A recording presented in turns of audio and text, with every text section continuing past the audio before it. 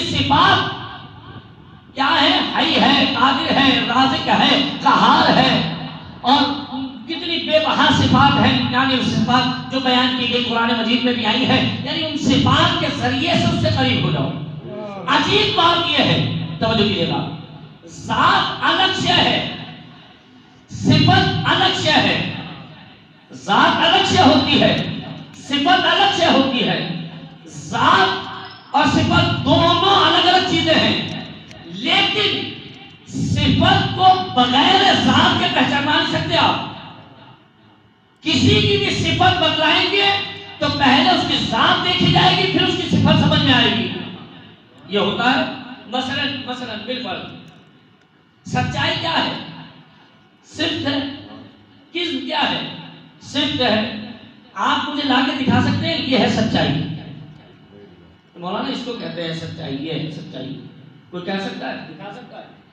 یا جھوٹ لا کر دکھا سکتے ہیں، مولانا اس کو جھوٹ کہتے ہیں؟ یا شجاع بہادری آپ مجھے لا کر دکھا دیں کہ مولانا اس کو کہتے ہیں شجاعت، کوئی دکھا سکتا ہے؟ نہیں دکھا سکتے۔ کیوں؟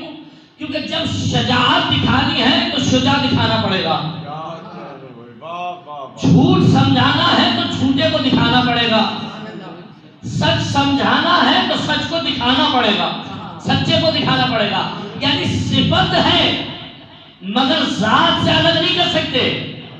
امام نے کیا کہا کہ اس کو پہچانو، پھر کہا اس کی ذات تک پہنچ نہیں سکتے، اس کی صفات کے ذریعے سے اس سے قریب ہو جاؤ، اس کی صفات اس کی ذات سے جدا ہے نہیں۔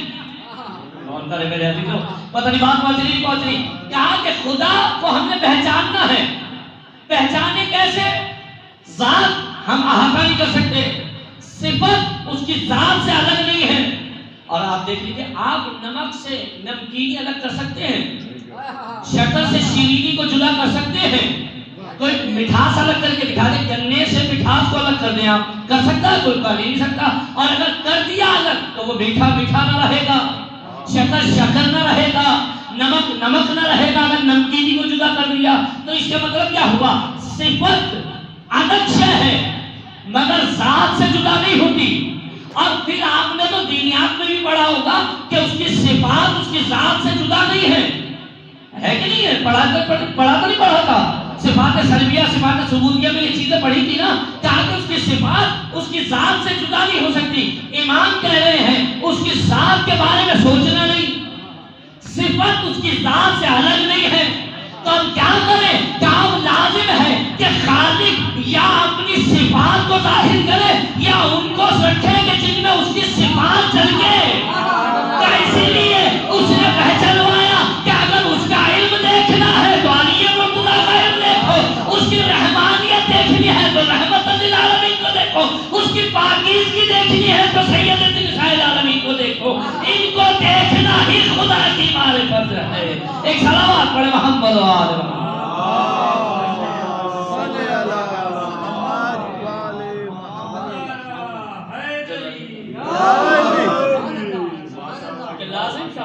اب یا تو وہ اپنی ذات کو اس دنیا میں رکھے، اور اگر ذات نہیں رکھ رہا تو اپنی صفات کے مظاہر کو دنیا میں رکھے کہ جن کی طرف توجہ خدا کی طرف توجہ ہو۔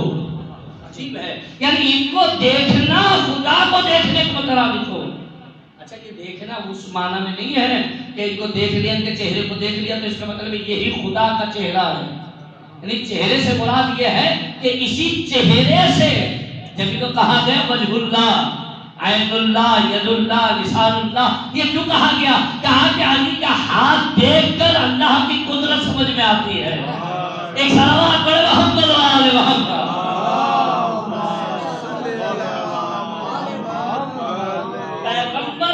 پیغمبر کی کریمی دیکھ کر خدا کی کریمی سمجھ میں آتی ہے۔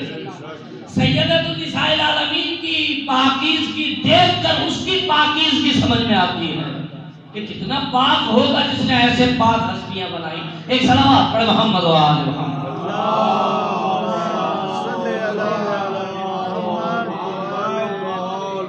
اب ان کی طرف توجہ، خدا کی طرف توجہ، ان کی زیارت خدا کی زیارت ہے کہ نہیں ہے؟ کہا جاتا نہیں ہے یا سارت اللہ، کیا مطلب؟ مطلب کیا ہے یہاں پر غور کریں میرے عزیزو، ان کی زیارت حج کا اتنا ثواب نہیں رکھ رہا، خالی زیارت امام حسین کا اتنا ثواب کیوں؟ آخر کیا سمجھانا کیا چاہ رہا ہے؟ کہا ممکن ہے تم حاجی ہو جاؤ مگر تمہارا حج مقبول نہ ہو، لیکن جو در حسین پہ آ گیا اس کا آنا قبول ہے، یعنی 70 مقبول حج کا ثواب ہے۔ ماشاءاللہ ماشاءاللہ، آپ حج کرتے ہیں، اتنے کفارے دیے، اتنا سے کچھ کیا عمل، فوراً کفارہ، ذرا سا بال گر گیا ٹوٹ کے فوراً کفارہ، مکھی مار دی فوراً کفارہ، مار رہے مچھر ہیں دے رہے اونٹ ہیں، ایک صلوات پڑھے محمد علیہ وسلم۔ حج کوئی آسان عبادت تھوڑی ہے، جبھی تو کہا ہے کہ جس کا حج قبول ہو جائے تو ایسا ہے جیسا ابھی پیدا ہوا، یعنی اتنی زحمتوں کے بعد بھی اطمینان نہیں ہوا کہ قبول بھی ہوا نہیں ہوا۔ حسین کے در کی زیارت 70 مقبول حج کا ثواب، ایک صلوات پڑھے محمد علیہ وسلم۔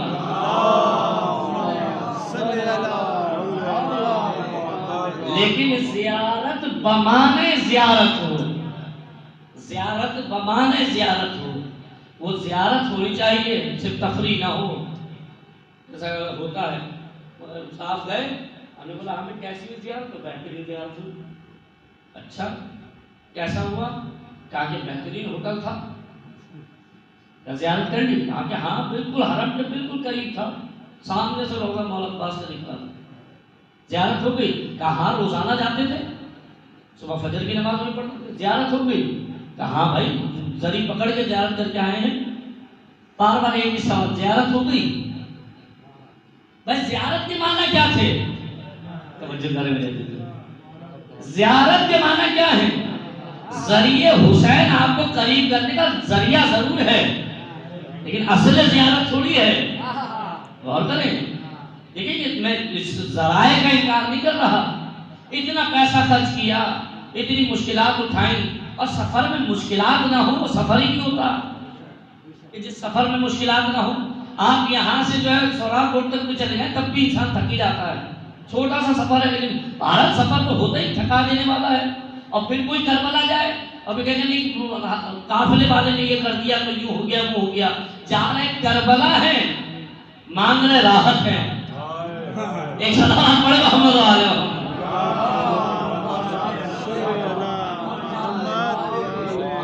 یہ بھی نہیں سوچ رہے کہ جا کربلا رہے ہیں اور راحت مان رہے ہیں۔ تو زیارت کے معنی کیا تھے؟ چونکہ زیارت، لفظ زیارت کو اگر ہم نہیں سمجھے تو پھر ہم سمجھیں کہ پھر بے فضول ہوا، کیونکہ زیارت اسی زیارت سے زائر ہے، اسی زیارت سے زوار ہے، یہ ساری چیزیں ایک ہی ہے نا، ایک ہی لفظ سے مشتق ہے۔ کیا مطلب ہے زیارت کے؟ جو میں نے لفظ آپ کے سامنے عرض کیا، توجہ، غور کریں، جو ہم نے متوجہ ہوتا ہے، ان کی طرف توجہ، خدا کی طرف توجہ ہے۔ زیارت کے معنی مائل ہونے کے ہیں۔ کیا ہے؟ مائل ہونا، مائل ہونا یعنی متوجہ ہونا۔ جب آپ اس وقت کس کو دیکھ رہے ہیں؟ مجھے دیکھ رہے ہیں نا سارے، تو آپ کو کیا اور چیزیں نہیں دکھ رہی؟ کیا نہیں دکھ رہی مولانا؟ دکھ ہی رہے، جب مجھے دیکھ رہے ہیں تو پھر میں دکھ رہا ہوں نا۔ اتنا بڑا امام بارگاہ ہے، پیچھے کھڑکیاں ہیں، یہ یہاں پہ پنکھا رکھا ہے، یہاں پہ آقا بھائی بیٹھے ہیں، اور پیچھے پورا جو ہے زری رکھی ہوئی ہے، کسی چیز کو دیکھ رہے ہیں آپ؟ کیا کہ نہیں مولانا ابھی تو ہم آپ کو دیکھ رہے ہیں۔ تو کیا یہ چیزیں ختم ہو گئی؟ یہ چیزیں غائب ہو گئی؟ کیا غائب نہیں ہوئی ہیں، مگر ہم آپ کی طرف مائل ہیں۔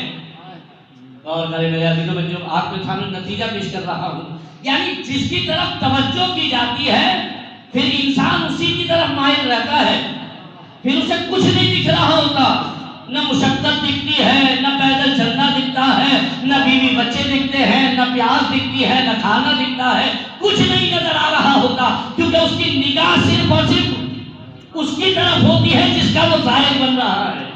اگر زیارت اس طریقے سے ہو رہی ہے کہ حسین کا ظاہر بن رہا ہے تو پھر دوسری چیزیں دکھنا ہی نہیں چاہیے کہ کتنا پیسہ لگا، کون سا ہوٹل تھا، کمرہ کیسا تھا، یا بیڈ تھا نہیں تھا، فرش پہ سویا یا حرم میں جا کے سویا، کچھ بھی کرتا رہا، مجھے کچھ نہیں دکھائی دے رہا تھا، کیونکہ میری نگاہ میں حسین ابن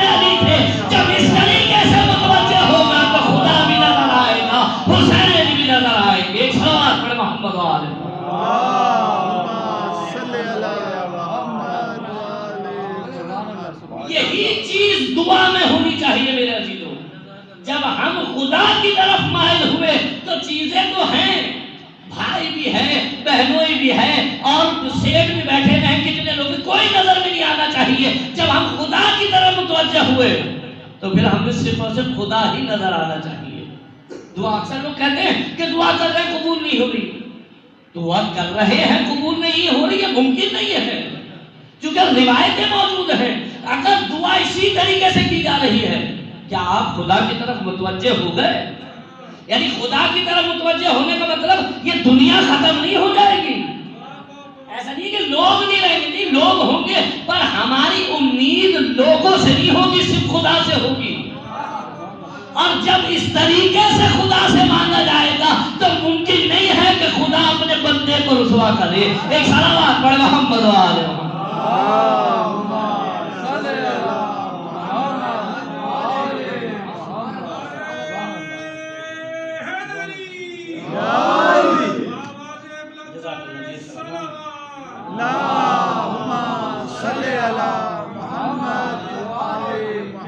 زیارت کے معنی بھی یہی ہے کہ جب میں زائر حسین ہوں تو دنیا تھوڑی ختم ہو رہی ہے، گاڑی بھی چل رہی ہیں، لوگ بھی آ رہے جا رہے، پر میری نگاہ کسی پہ نہیں، کیونکہ میں حسین کا زوار ہوں. پھر مجھے کوئی مشقت نہیں دکھ رہی، پھر تو مجھے راحت ہی راحت نظر آ رہی ہے، کیونکہ میں اپنے مولا سے قریب ہو رہا. باقاعدہ جو لوگ زائر زیارت کر چکے ہیں انہیں مجھ سے بہتر جانتے ہوں گے، اور جا کر کے دیکھا ہوگا کہ اس نے دخول مانگا جاتا ہے باقاعدہ ذریعے سے. جب روزے میں داخل ہونے سے پہلے آپ اس نے دخول مانگی، یعنی امام سے اجازت طلب کریں کہ مولا مجھے اجازت دے کہ میں اندر آ جاؤں. ایسے نہیں کہ منہ اٹھایا چل دی. کسی عام آدمی کے گھر میں ہم ایسے نہیں جاتے. جاتے ہیں؟ نہیں جاتے نا، دخل بات کرتے نہیں کرتے. اسی کو کہا جاتا ہے اذن دخول. آیت اللہ بہجت آل اللہ مقامہ سے پوچھا کیسے مانگے اذن دخول؟ انہوں نے بہترین طریقہ بتایا. کہا کہ جب تم کسی بھی امام کے روضے پہ پہنچو، دروازے پہ کھڑے ہو جاؤ اور اپنے دل کو متوجہ کر لو اس سے کہ جس کے تم زائر بن کر گئے، اور پھر دل ہی دل میں دعا مانگو کہ مولا اجازت ہے کہ میں آ جاؤں.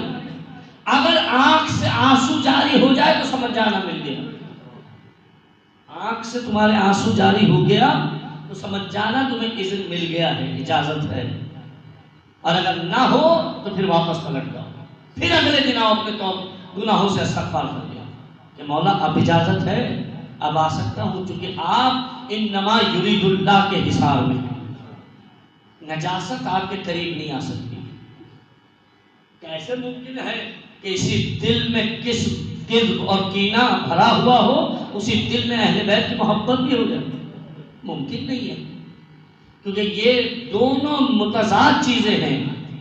محبت اہل بیت یعنی پاکیزگی قلب، مودت اہل بیت یعنی طاہر دل. جب تک دل پاک نہیں ہوگا محبت اہل بیت دل میں جاگزی نہیں ہوگی. اور اگر اپنے دل میں اہل بیت کی محبت کی ٹھنڈک کو محسوس کرتے ہیں تو اس بات میں بھی شکر ادا کریں پروردگار عالم کا کہ آپ کا دل ابھی تک پاکیزہ ہے، اور اس کو نجاستوں سے بچائیے. کیونکہ یعنی اسی دل میں اہل بیت کی محبت ہے اور اسی دل میں اہل بیت میں کسی چاہنے والے سے کینہ بھی ہو. کیسے ممکن ہے؟ یعنی ایک مولا کا چاہنے والا ایک اور دوسرا مومن ہے، اس سے میں کینہ رکھ رہا ہوں، یا اس سے میں حسد رکھ رہا ہوں، یا اس کے لیے اپنے دل میں بغض رکھے ہوئے ہوں. ممکن ہے تمہارے لیے نہیں ہوں گے برابر، لیکن حسین کے لیے سارے عزادار برابر ہیں. تم دیکھتے ہوں گے کیسا لباس ہے، حسین کسی کا لباس نہیں دیکھتے. یہ کربلا ہے، یہاں شرط ہے عرفان حسین.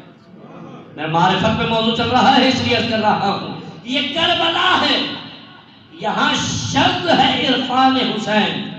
رنگ و نسل کی قیمت نہیں دیکھی جاتی. یہ کربلا ہے، یہاں شرط ہے عرفان حسین.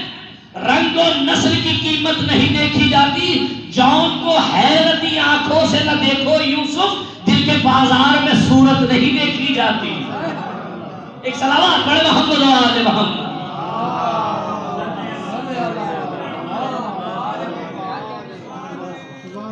بھائی جان نے کیا کہا تھا؟ یہی تو کہا تھا مولا میں سیاہ فام ہوں، میرا تو خون آپ کے خون سے نہیں ملتا.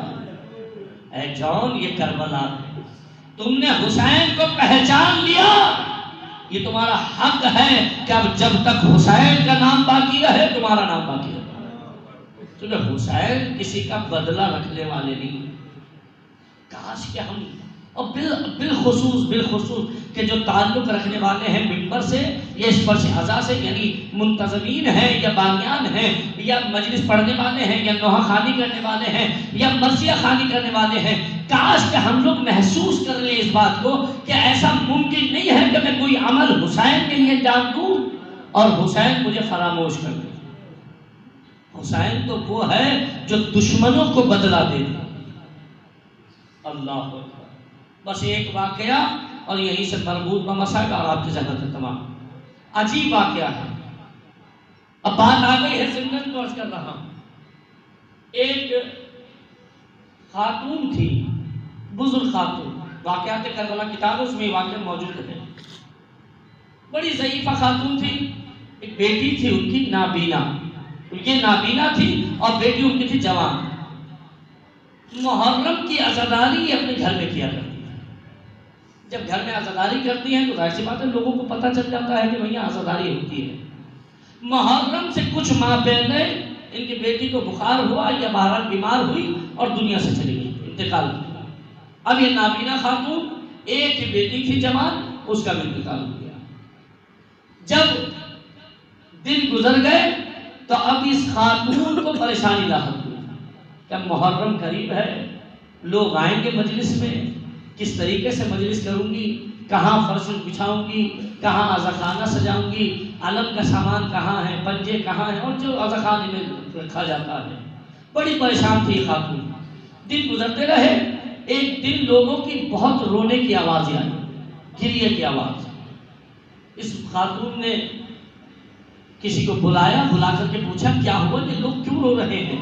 کہ آپ کو نہیں معلوم محرم کا چاند نمودار ہو گیا، حسین پر گریہ کر رہے ہیں. بس جب اس نے جیسے ہی یہ سنا تب گھبرا گئی، پریشان ہوئی. کیونکہ ہر سال 10 مجالس کرتی ہے، عشرہ کرتی ہے. یہ رونے لگی اور روتے ہوئے مولا حسین سے استغاثہ کیا. روتے ہوئے مولا حسین سے اپنے رابطے کو بحال کیا کہ مولا ہر سال فرش اعضاء بچھاتی تھی، اس سال میری بیٹی کا انتقال ہو گیا، مولا مشکل ہے کہ میں فرش اعضاء بچھاؤں. لیکن روتے ہوئے کہتی ہے، ہاتھ جوڑ کر کے کہتی ہے کہ مولا مجالس تو نہیں کر سکتی مگر آپ میرے گھر آئیے گا ضرور. دل سے اس نے دعا کی اور یہ دعا کرتے ہوئے بستر پر سو گئی. صبح صبح اس کے گھر پہ دق الباب ہوا. جب دق الباب ہوا فجر کے وقت اس نے دیکھا، اس نے جا کر کے پوچھا کون ہے؟ کہا کہ میں خاتون ہوں، مسافرہ ہوں، یہاں سے گزر رہی تھی. میں نے لوگوں سے پوچھا کہ یہاں کہیں عزاداری ہوتی ہے؟ کہا کہ ہاں، لوگوں نے بتایا یہ فلاں ضعیفہ ہے، اس کے گھر میں 10 روز جو ہے عزاداری ہوتی ہے، اس لیے آئی ہوں کہ حسین کی عزاداری کر سکوں. بس اس خاتون نے دروازہ کھولا، دروازہ کھول کے کہا اے بی بی آپ مسافرہ لگتی ہے، میرے ہاں ہر سال عزاداری ہوتی تھی، لیکن کیا کروں کہ میری جوان بچی کا دنیا سے انتقال ہو گیا، وہی عزاداری کیا کرتی تھی. اے بی بی اس سال میں عزاداری نہیں کر پا رہی. کہا کہ کیا کرنا ہے مجھے بتاؤ، کہا آپ میری مدد کریں گی؟ کہا کہ ہاں مجھے بتاؤ کہاں فرش بچھانا ہے. فرش بچھایا گیا، عزاخانہ سجایا گیا. دونوں خاتون بیٹھ گئی. اس نے کہا کہ ارے کوئی مجلس پڑھنے والا ہے، کوئی عزاداری کرنے والا ہے. یہ خاتون کہتی ہے اے بی بی ارے سارے انتظامات میری بیٹی کیا کرتی تھی، نہ جانے کون ہوگا جو مجلس پڑھے گا. اس خاتون نے ہاتھ جوڑ کے کہا اگر تیری اجازت ہو تو میں مجلس پڑھ لوں. ارے مجلس شروع ہوئی. پہلا دن گزرا، دوسرا دن گزرا، تیسرا دن گزرا، 10 کے 10 دن گزر گئے. عاشورہ نمودار ہو گیا، عاشورہ کی مجلس ہوئی. 11ویں محرم آئی. یہ خاتون کہتی ہے اے سیفہ ارے مجھے اب جانے کی اجازت دے دے. اس نے کہا بی بی بڑی شکر گزار ہوں آپ کی وجہ سے میرے گھر حسین آئے. بس یہ خاتون جانے لگی کہ سیفہ نے کہا اے بی بی کچھ دیر ٹھہرنا. یہ حجرے میں گئی نہ جانے کیا ٹٹولتی ہوئی لائی اشرفیوں کی تھیلیاں اس خاتون کے ہاتھ میں رکھی اور کہا بی بی ارے بدلے میں کچھ نہ تھا دینے کے لیے. سخت کے بند ٹوٹے فاطمہ نے چادر سر سے اتاری. ہائے میرا حسین ارے ماں کو بھی خالی ہاتھ نہ جانے دیا. ارے کیسے ممکن ہے وہ حسین اپنے عزاداروں کو فراہم